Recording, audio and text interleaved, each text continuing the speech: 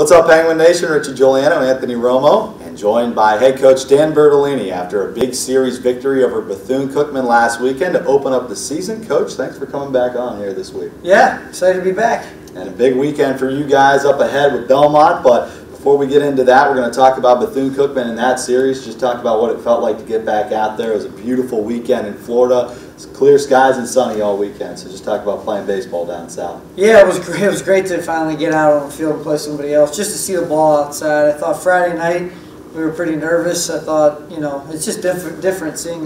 We always play our first game under the lights too, so that adds that extra element in there.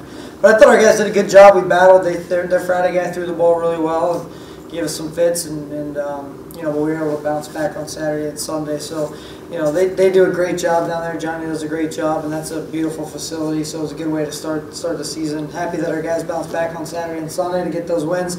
They aren't always easy. We did it both ways. We came from behind on the first game, and then we held on late in the second game. So I think it showed some real character from our team and the type of team that we have. Now, you guys are going to have a really good lineup this year. Outside of game one, of course, there's going to be some rust you got to knock off, 4 hits, but you had 10 hits in both Saturday and Sunday's games. So just talk about the lineup and how consistent they were on Saturday and Sunday. I mean, I really feel like our lineup's really strong top to bottom, and probably two of our better guys, you know, didn't have a ton of production in Austin Earl and Don Bucco. And for our offense to still be able to score runs and generate runs and be able to, you know, move the ball around, I thought that was big. I thought, you know, Braden O'Shaughnessy had a really great weekend. Steve Desanio, his games 2 and 3 were incredible. Lucas Desanio was on base all weekend. Some big hits, push bunt hits.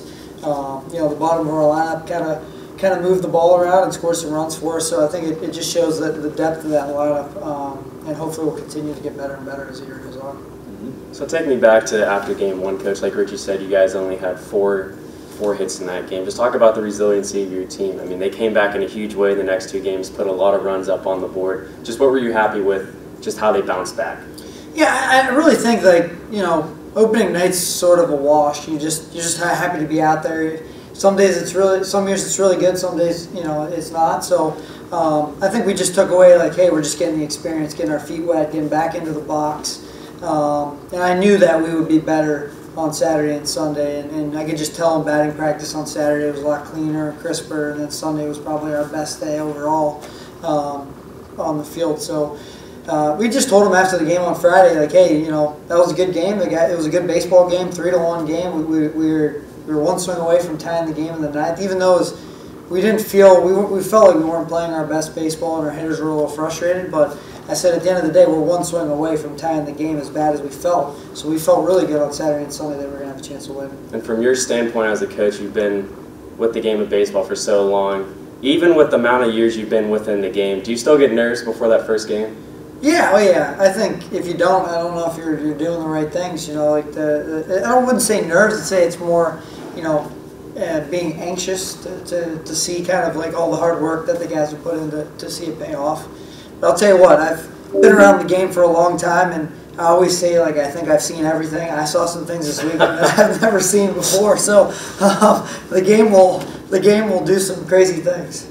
Second big win for your program on opening weekend. You beat Houston 2 years ago, who's a top 35 team in the country. Now you take on Bethune Cookman and beat them, who's historically a really good program. They were about a win away from winning their regional a couple of years ago. So talk about how big this was for your program to come out on top in week number 1. Yeah, you know, I think that's the maturation process of our team, and kind of where we are now to where we are, you know, where we were 2 or 3 years ago. It was just, and you know, our guys expect to win. And I think in years past we might have found ways to lose those games, or we're down 5 runs early. We probably, you know, kind of start to pack it in a little bit, and just building that culture of winning. You know, having that success in 20, and then, you know, obviously having success in 21. I think that's gone a long way for these guys to have belief in each other, because this is a totally new group. There's a lot of new faces out there, a lot of guys that have been here but haven't had that experience, and for them to be able to fight through the adversity and to be able to come back and hold on and not panic, I thought, you know, that's going to go a long way for where we want to be.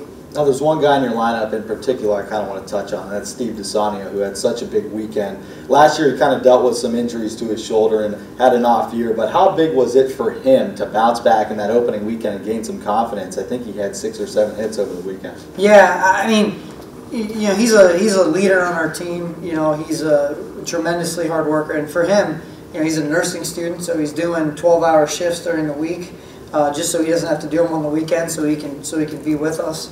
And last year it was a shame because he started out really hot. He had a couple home runs opening weekend over the first 2 weeks.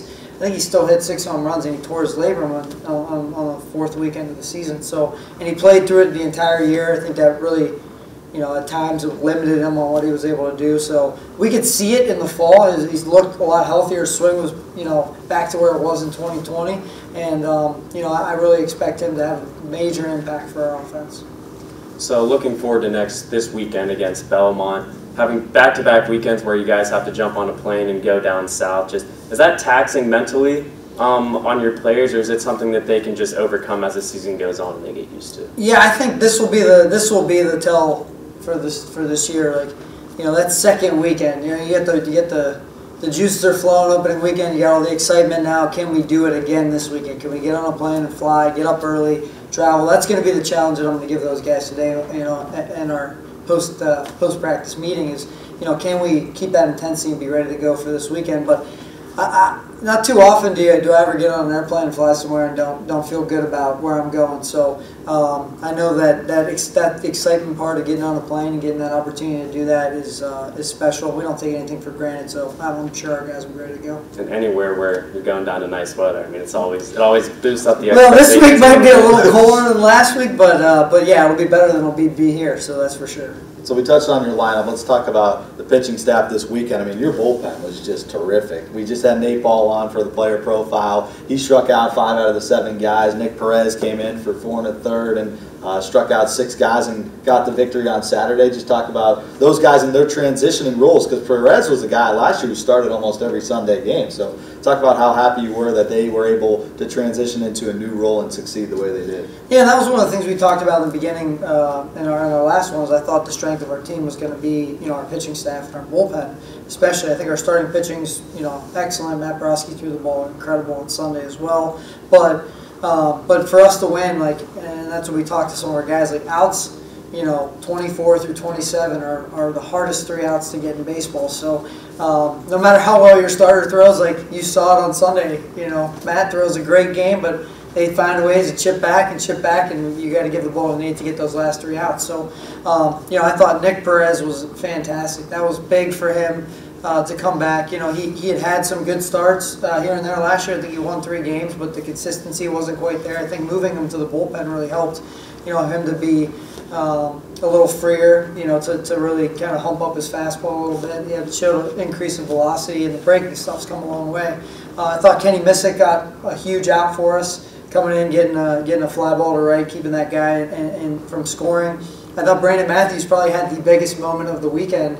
Bases loaded, 1 out, comes in, throws a breaking pitch, gets a ground ball to third, we turn a double play. Like, those moments are some of the moments that don't get a lot of credit, but they were huge for us, and all those pieces are going to be really fun to figure out how it works as we go on. And talking to Coach Manel, he emphasized the little details and the small things that would get you guys victories. Like when Lucas Nasani had that base hit into right field that went off of the second baseman's glove, and he gets all the way around to third. Not many players would do that, but heads-up base running like that, and just small little things like you said with a double play were the big things in the end that won the weekend for you. Yeah, you know, the other guy I thought through the Casey Marshowitz was very good.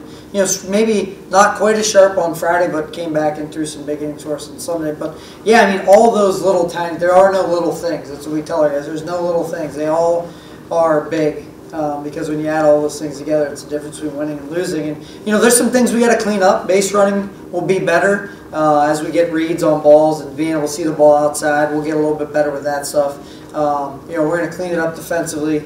That's one area that we have to continue to improve on. I think just the speed of the game and getting ground balls in live game situations put some pressure on us. But we'll get better this week, and looking forward to going into week 2. Now in week number 2, you got the 4-game series instead of 3 games like last week, so you're going to have to add an extra pitcher into the starting rotation, and Chad Coles is going to be that guy. Yeah, he got a couple opportunities last weekend. I think we probably pushed him a little too long on Sunday, but we've been kind of grooming him to be that starter, so we'll have him in rotation with Travis and Matt and John. So looking forward to seeing him get his opportunity to be on the mound. It's just another quality arm that's going to be able to get out there and hopefully give us an opportunity to win. There's going to be some really good competition this weekend. When you look at Belmont, their pitching staff is loaded with top 10 guys in the OVC for draft prospects.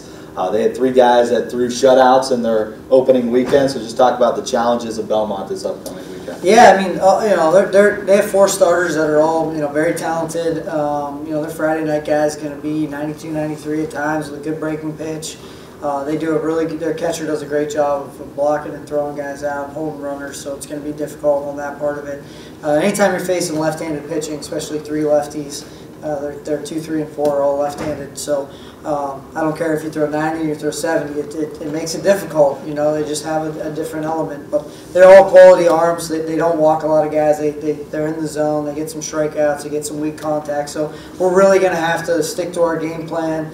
I love our lineup. So I feel like anytime we can get those guys to the plate, we're going to have opportunities to score, but we're going to have to play good defense. This is going to be a well-coached team. Dave does a great job there, and I think we played them in 2018, played a great series that weekend. We won the Friday game, and they won the next 2. So we know it's going to be very much like facing a conference opponent, and look forward to the challenge. Back-to-back series to start the year against 2 very, very quality programs. Just how much do these matchups get you guys ready for conference play? Yeah, I mean, that's really the whole goal of this is not only, we want to win, but we also, want to develop and we want to challenge ourselves. So when we get into opening weekend against Purdue Fort Wayne, we're prepared to go in and compete. And if you look around the Horizon League, our league does exceptionally well out of conference. I mean, we got, I think Oakland won a series at Bakersfield, Milwaukee won, I think they swept their series. UIC won a game in New Mexico. So, we're going to be, this is a tough conference, so we have to play good opponents to get us prepared for that. And are these 2 first weekends of the year, per se, the ones that tell you the most about your team, or is it one of those things that you kind of gradually find out as the year goes on? Yeah, I think the biggest takeaway was that we were able to win those last 2 games after not playing as well as we would have liked on Friday night.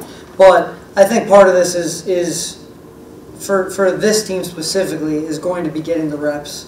As these guys, some of them haven't had those kind of quality play every single day. So this is going to have opportunities for them to play every day. And also for us to really figure out the pieces in our bullpen of where they fit and how we're going to use them. Last weekend we didn't use as many arms because our guys, threw the ball really well. This weekend with 4 games, we'll have an opportunity to probably get some other guys some opportunities and see kind of where they fit in. You said how getting outs 24 through 27 are some of the hardest things to do in baseball. Having 2 games where they came right down to the wire, well, 3, but 2 of them you guys came out on the right end. Just how much does that build the confidence of your guys, not only on the field, but the guys in the dugout that see that, okay, our presence here from the dugout, cheering on the guys, keeping their heads up, can really help out our team throughout the game?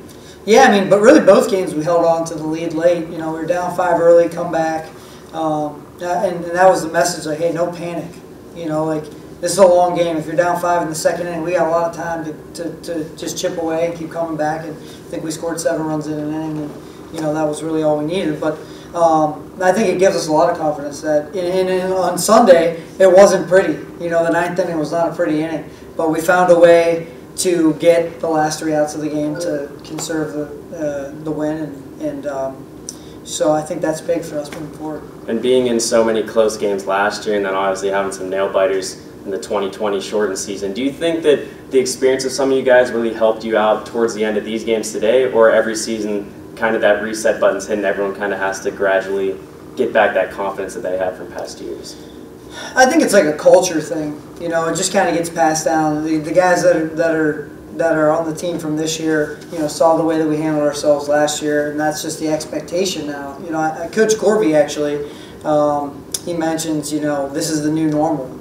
We're not going back. So for our guys, this is the new normal. Like, we expect to win close ball games, and I think that's kind of where our heads are at, moving forward. Berto, we appreciate you coming on for another week, and good luck this season, and good luck this weekend. A big one in Nashville, although it's going to be a little chilly. It's going to be 45. Yeah, bundle up, baby. Bundle up. I know you always wear your short sleeves. I'll be short sleeves. You'll be short sleeves. And you can catch the first game Friday at 5 o'clock. We'll have it here on YSNLive.com. This was another Coach's Corner brought to you by Baird Brothers.